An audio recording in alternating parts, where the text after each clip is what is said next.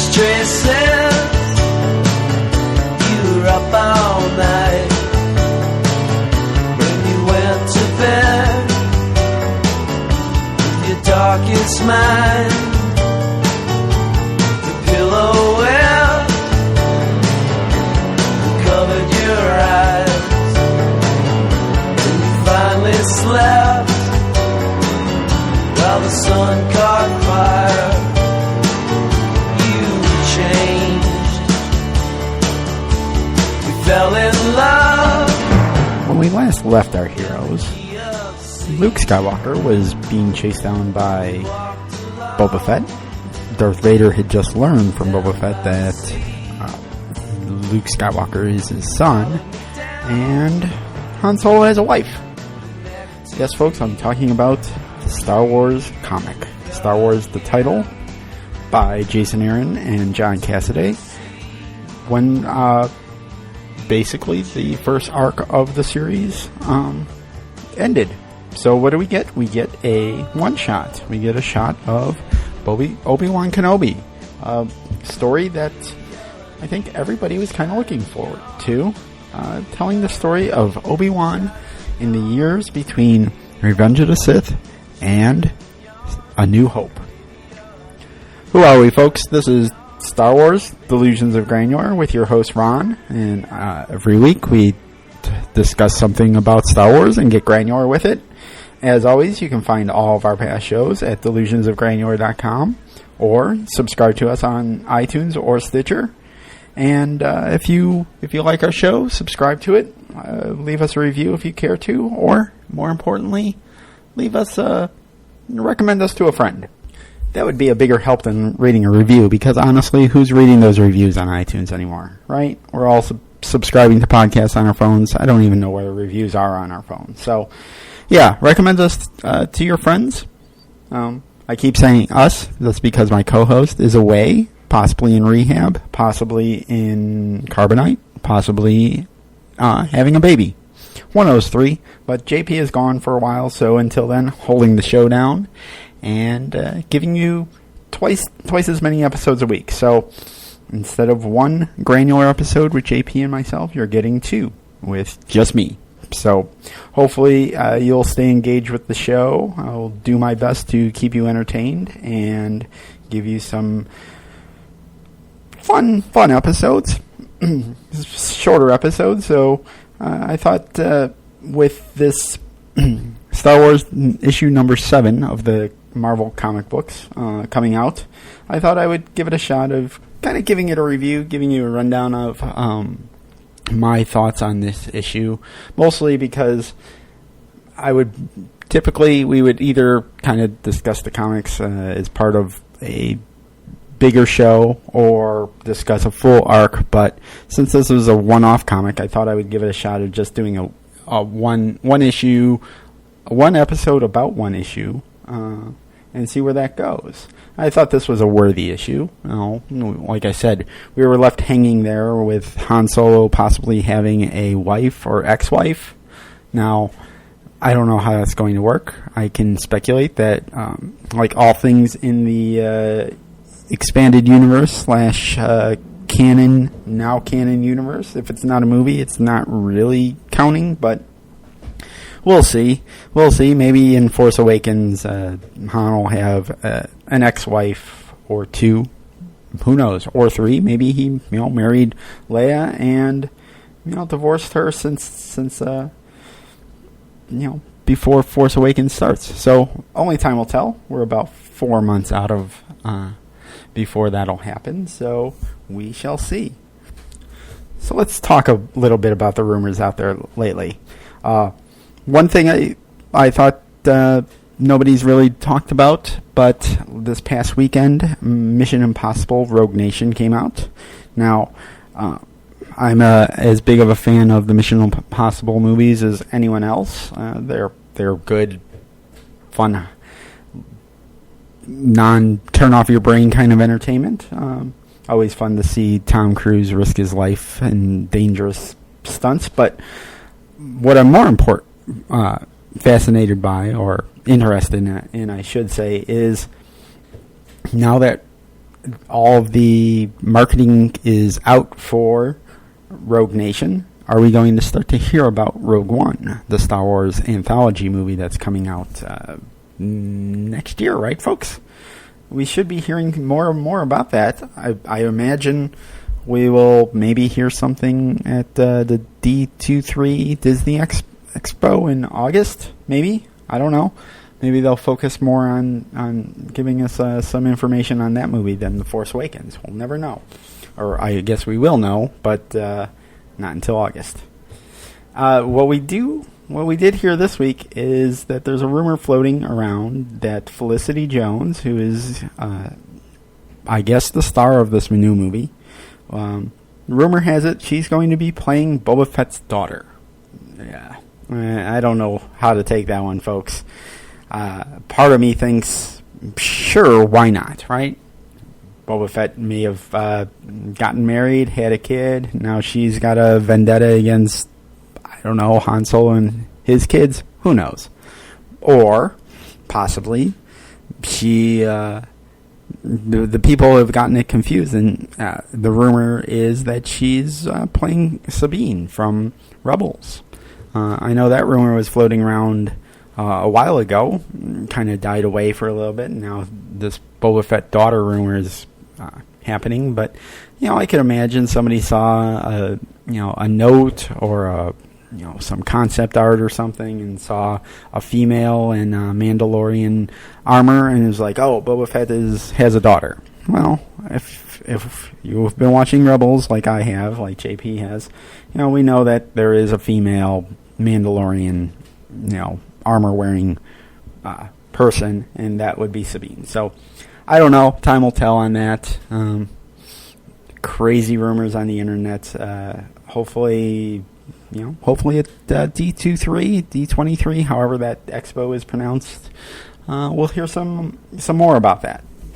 So anyway, on to Star Wars number 7.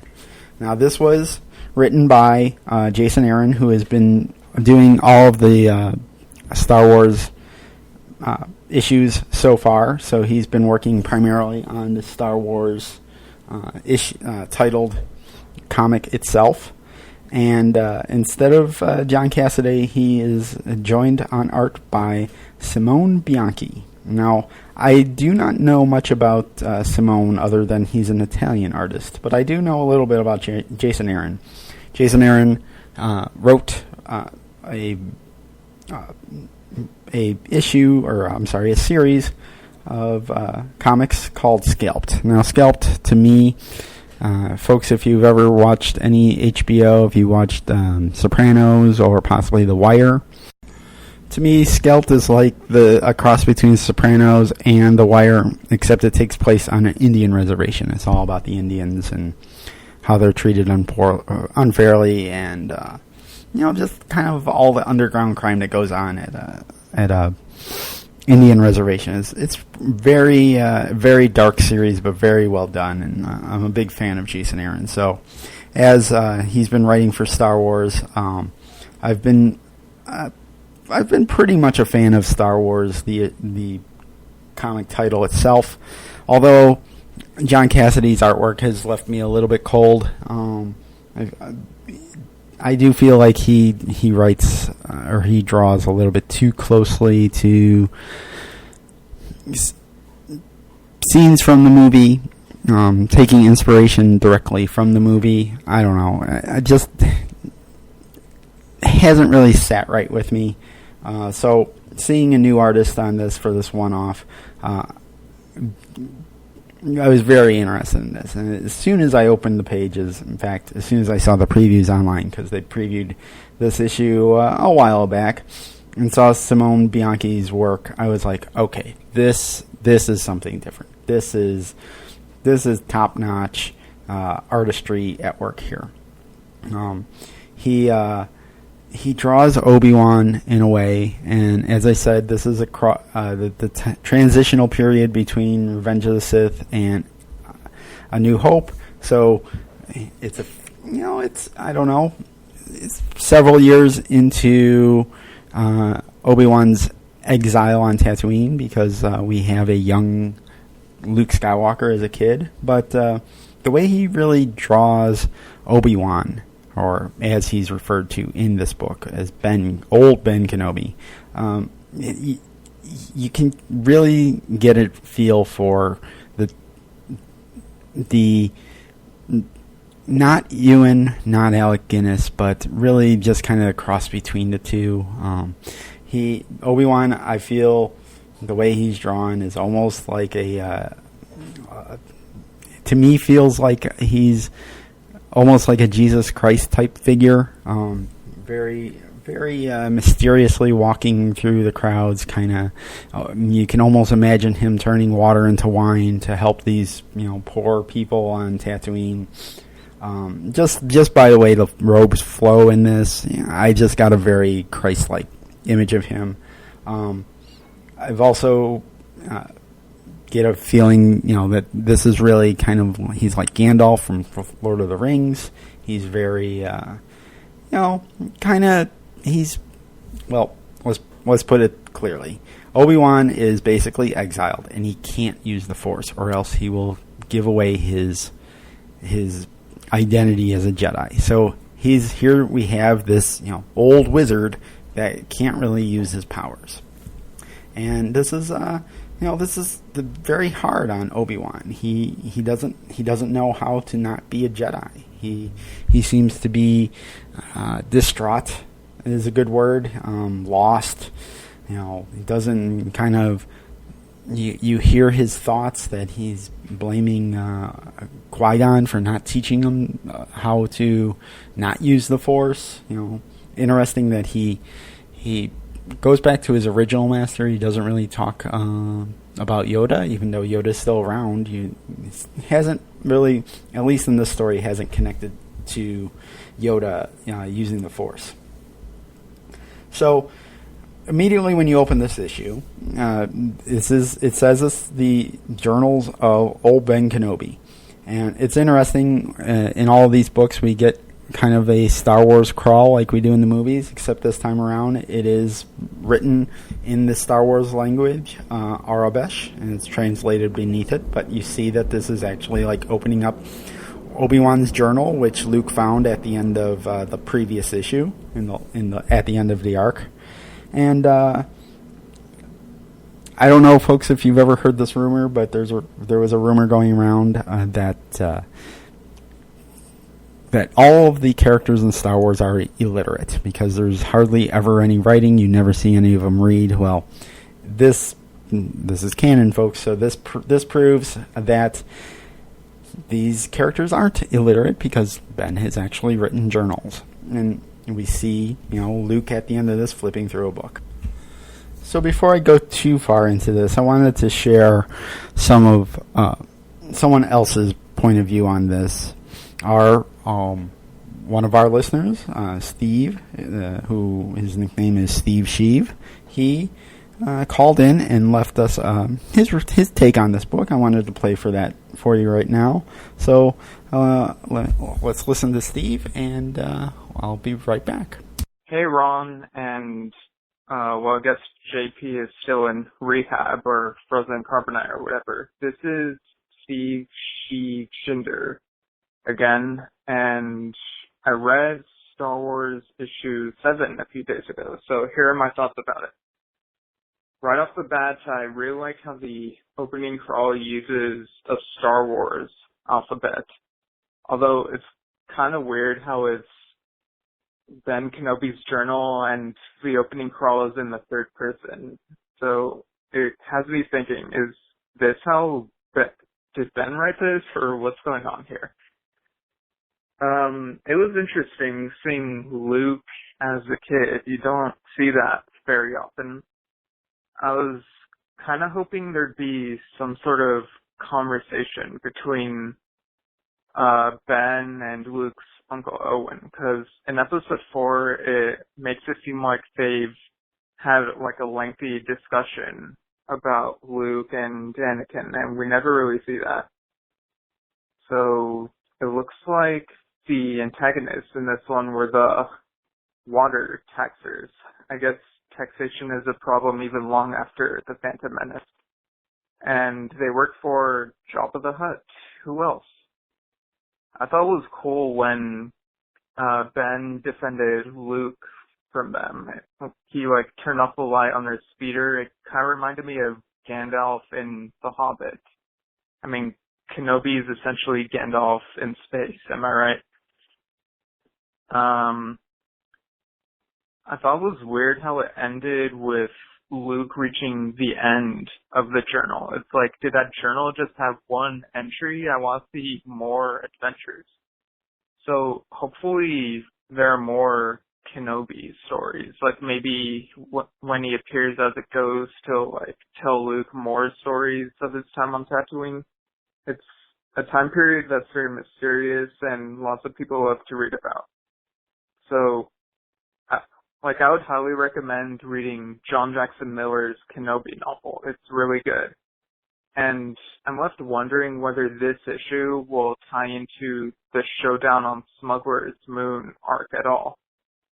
Back in 2007, there was an issue of Star Wars Legacy, issue 16, which tied into the Claws of the Dragon story arc, because it was Kenobi kind of face-to-face with Darth Krayt before he was Darth Krayt. It was really cool. So I'm wondering how this issue will have an impact on the current arc.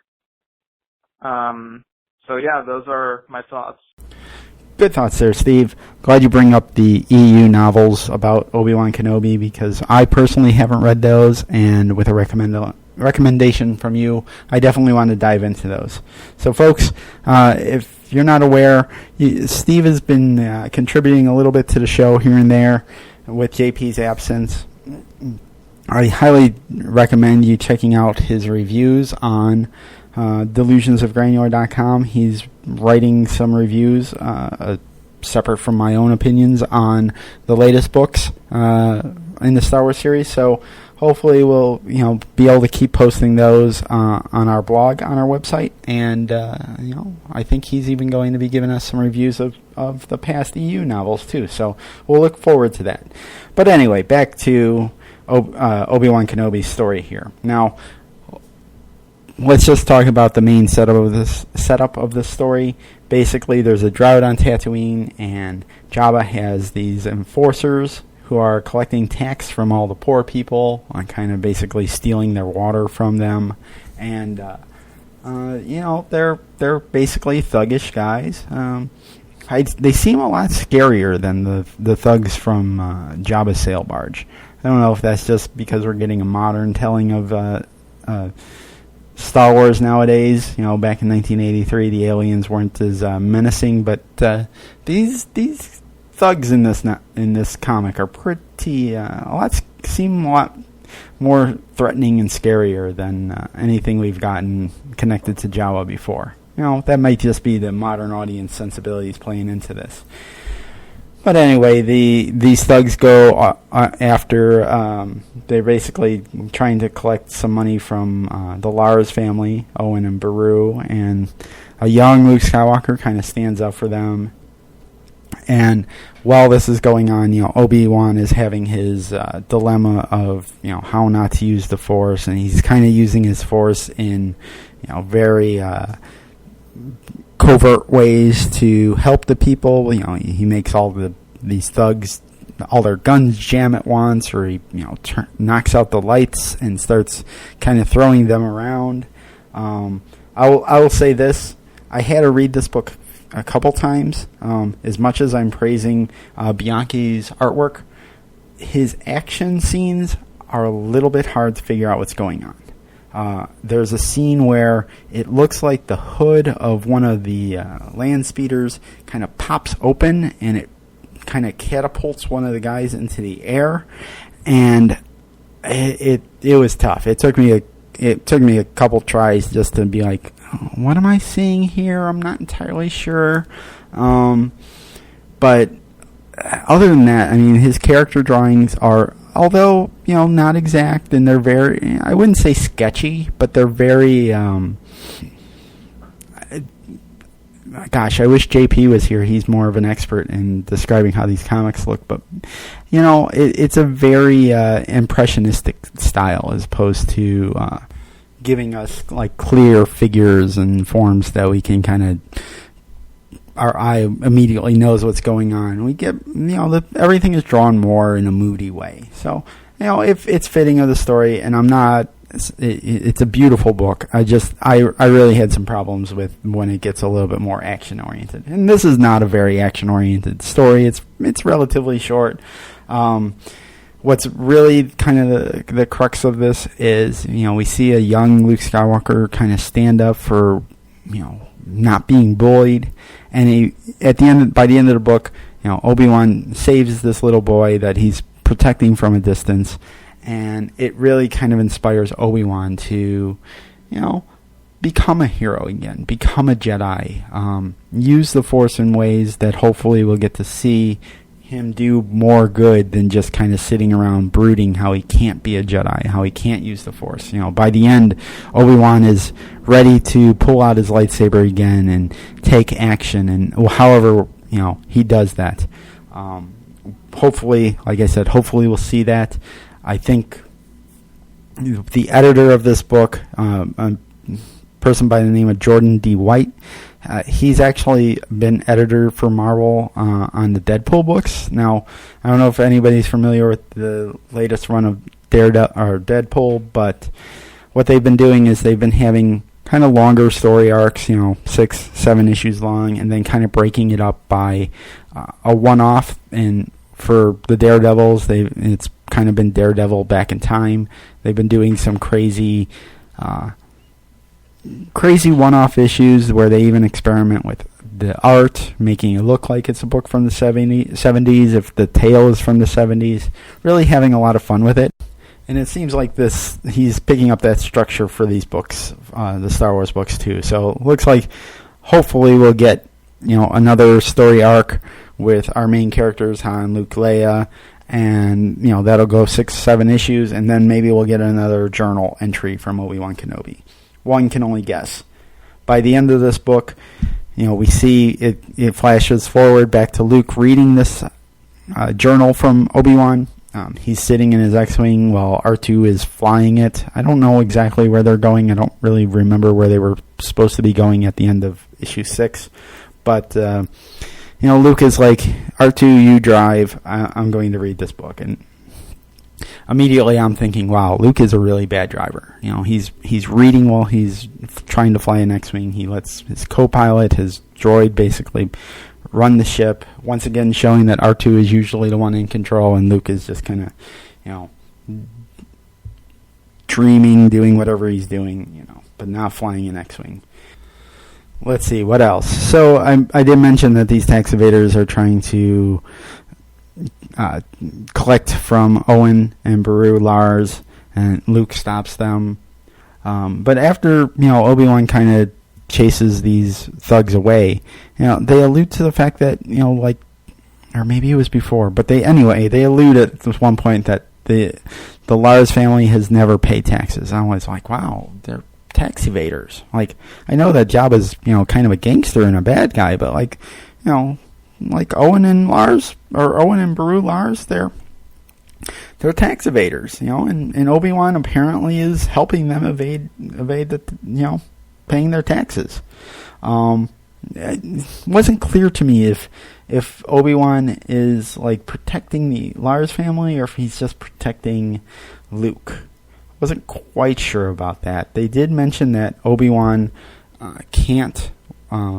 is not allowed to train Luke, and this is because Owen forbids it. So apparently there has been some conversation with Owen and Ben that Owen will not allow Luke to be trained to become a Jedi. And obviously this was alluded to in the original movie, but here we're actually getting more fill-in on this about how this really went down. And Owen is really against Obi-Wan training his adopted son, or nephew, I guess. Which leads me to, I scratch my head and I want to know more about this. Like, does Owen know that Anakin Skywalker became Darth Vader? How many people know this? I always just assumed that it was kind of a secret, but maybe Obi-Wan told Owen. I don't know. I would love to have an issue of just Obi-Wan and Owen sitting down and chatting, at the cantina. They're just in a booth and they're just talking. Very Quentin Tarantino-esque dialogue, and at the end they kind of walk away, in a huff because they just disagree. So yeah, maybe someone will be listening to this show and come up with that idea. I would love to see that. Just the Obi-Wan Owen conversation. I think a lot of fans would dig that. I think it would be fun. I think it would fill in a lot of blanks that we're still getting. There's still a lot of blanks, but this is a great issue. Can't recommend it enough. I think it really is one of those stories that we've all been wondering about since all of the movies have finished up. What happened between Sith and A New Hope? What has Obi-Wan been doing? So filling in the gaps a little bit, coloring in the dots, or whatever bad metaphor we can use here. But I definitely hope that everyone goes out and picks up this issue. It's a one shot, so you don't have to worry about not knowing where you're at when you pick up this issue. You'll know exactly what's going on. So that's about it. That's my take on the Kenobi issue of Star Wars. That's Star Wars number 7, and I hope that gets you folks to pick up the issue and read it. All right, folks. So until then, this is Ron, and as always, stay granular, folks.